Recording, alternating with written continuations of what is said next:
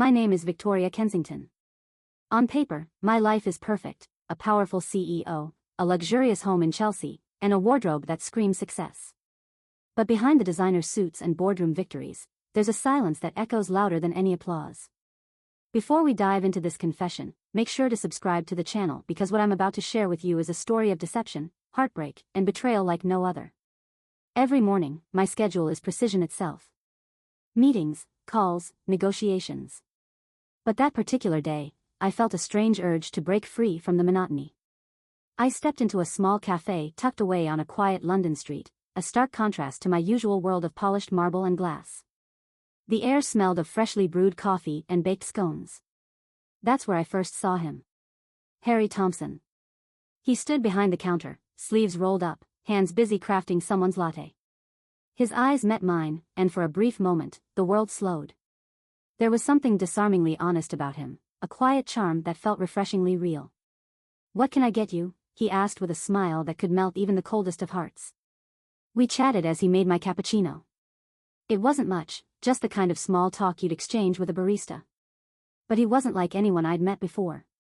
He listened, not like the people in my office who nodded because they had to, but like someone who genuinely cared. It was ridiculous, really.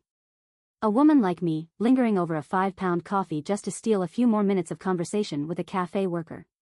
I never thought a place as simple as a corner cafe could become my haven. Yet, there I was, returning to that little shop day after day, just to see Harry. There was something about him, his smile, his easy laughter, the way he genuinely listened. It was refreshing, almost intoxicating, in a life otherwise suffocated by endless meetings and false pretenses. Harry and I began to talk more with each visit. He told me about his struggles, about growing up in a poor neighborhood, juggling jobs to make ends meet, and supporting his younger siblings. His humility struck me, his resilience inspired me, and his kindness made me want to trust him. One evening, after an especially long day at work, I found myself at the cafe long past closing time. Through the glass window, I saw Harry cleaning up, humming softly to himself. When he noticed me, he opened the door and invited me in.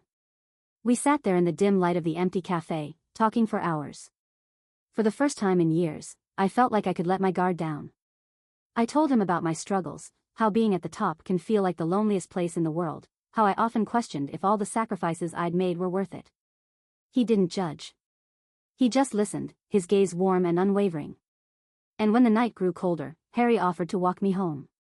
That walk. I'll never forget it. The city was quiet, the air crisp, and for a brief moment, it felt like the world was ours alone.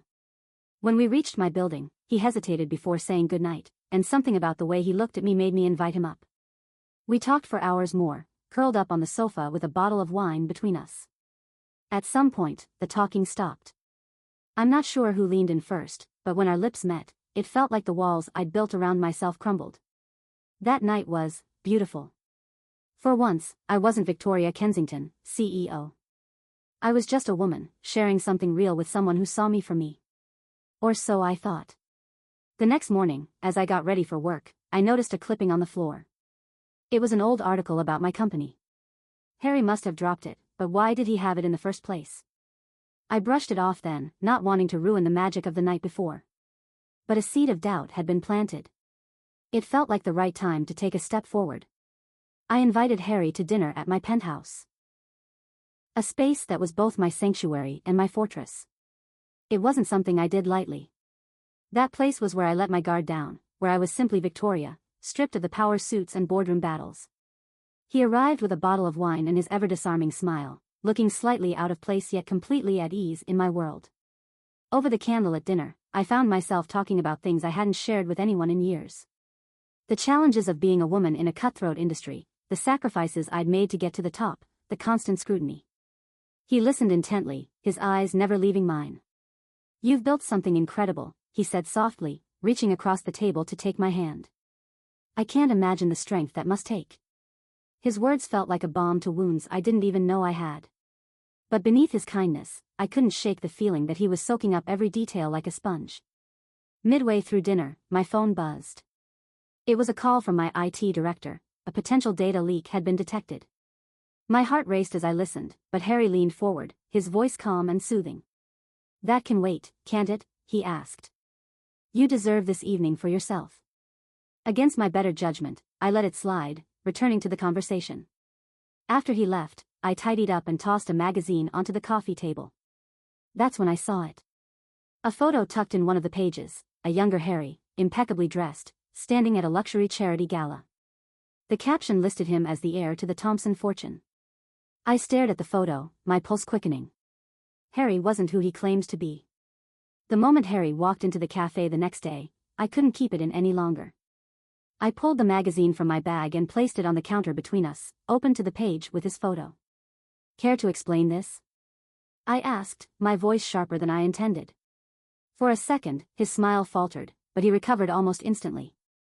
Oh, that, he said, chuckling softly. I was helping cater at the event. They probably thought I was one of the guests and snapped the photo. Funny, isn't it? His explanation was so casual, so convincing, that I almost believed him. Almost. I wanted to push further, to ask why he never mentioned this before, but something stopped me. Maybe it was the way he looked at me, as though I was the only person in the world who mattered. Or maybe it was my own foolish heart, desperate to hold on to this connection. Against my better judgment, I let it go. But things didn't feel the same. The warmth I'd felt around Harry now carried an undercurrent of doubt. Meanwhile, his demeanor began to shift.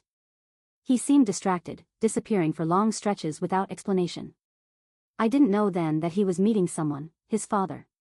Their conversations were brief but intense, centered around the final stages of some plan. She trusts me now, I overheard Harry say in a tone that sent chills down my spine. That evening, as I tidied up after Harry left my penthouse, I found his wallet on the sofa. I hesitated before opening it, but when I did, my heart stopped. Tucked inside was a business card. Not just any card, one with his full name, Harry Thompson, proudly displayed beneath the logo of my fiercest rival. My world began to crumble. I couldn't sleep that night. The betrayal felt like a knife twisting in my chest, cutting deeper with every memory of Harry's smile, his touch, his words. How could I have been so blind? I replayed every moment in my head, searching for the cracks I had ignored. He'd fooled me, utterly and completely. But I wasn't about to let him win. If Harry Thompson thought he could waltz into my life and tear it apart, he was sorely mistaken. I needed confirmation, though, something undeniable. So I set a trap. The next morning, I texted him. Meet me at my office. I've been thinking about us, about a future together. I want to talk. The words tasted bitter, but they served their purpose. He replied almost instantly, eager to meet. When Harry walked into my office, his usual charm was on full display. You've been on my mind all day, he said, leaning against my desk like he belonged there. I didn't waste time. I slid the business card across the desk, followed by the magazine photo. His face fell, the mask slipping for the first time. Care to explain this? I asked, my voice icy. He sighed, running a hand through his hair. Fine. Yes, it's true. I'm Harry Thompson, and I came here to expose you. But, his voice softened. I didn't expect to fall for you, Victoria. My feelings are real. They always have been. I laughed, a cold, hollow sound. Do you think I'm that naive, Harry? I knew about your plan from the beginning. While you were playing your little game, I was countering every move. Your father's company? Bankrupt. Checkmate. The look on his face was priceless, shock, anger, and disbelief all rolled into one. As he walked out, defeated, I knew I'd won. But his parting words still lingered, this isn't over. I couldn't shake the feeling that this was far from the end. Something in his eyes, the way he said it, it was as if he was already planning his next move. But what could he possibly have left to fight with? He had nothing now. Yet, as I stood there, the weight of what had just happened crashing over me, I knew one thing for sure, I hadn't seen the last of Harry Thompson. What happens next? Can Victoria truly escape his grip, or has the battle only just begun? Want to know what happens next? Comment part 2 below and don't forget to like, share, and subscribe. Trust me, you won't want to miss what's coming.